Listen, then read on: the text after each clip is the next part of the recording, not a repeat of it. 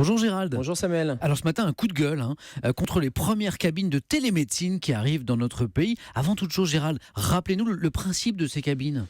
La télémédecine, c'est vrai qu'il y a un peu tout et n'importe quoi. On a l'impression que c'est un peu le truc à la mode. Alors la télémédecine, c'est déjà une pratique médicale à distance. Il y a des choses très bien. Ça utilise des nouvelles technologies. La téléexpertise, par exemple, un médecin généraliste qui va demander à distance l'avis d'un neurochirurgien, la télésurveillance ou même le SAMU. On fait de la télémédecine parce qu'on fait de la médecine à distance. Et maintenant débarquent les cabines de télémédecine. Alors c'est quoi ? Ce sont ces espèces de photomatons, Samuel. Vous voyez les cabines de photomatons pour prendre des photos.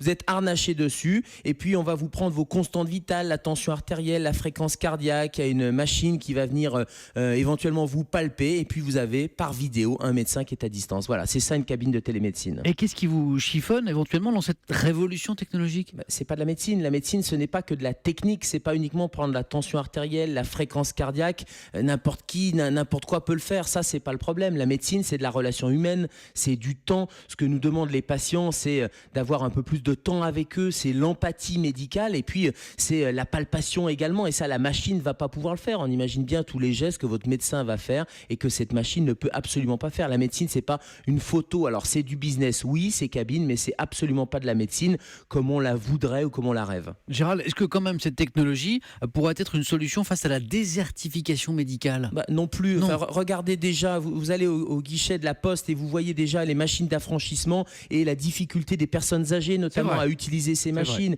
Et puis imaginez quelqu'un qui est coincé à un étage de son appartement ou qui est coincé dans une campagne justement dans les déserts médicaux. C'est pas la machine qui va se déplacer, donc ça va rien résoudre du tout. Et surtout, on peut pas imaginer d'aller s'appuyer sur des relais compétents humains, les infirmières, les pharmaciens, les former en délégation avec les médecins, pouvoir justement non pas les remplacer, mais faire un certain nombre d'actes plus humains qu'une machine. Bref, des cabines, c'est bien quand on les parachute dans les pays en voie de développement. Mais enfin, franchement, en 2017, on n'a pas autre chose, on n'a pas des êtres humains qu'on peut former, qui peuvent aller voir les patients. Merci, docteur Kazek, pour ce coup de gueule ce matin. On vous retrouve à 11h dans Allo Europe 1 et demain, bien sûr, dans Europe 1 Bonjour.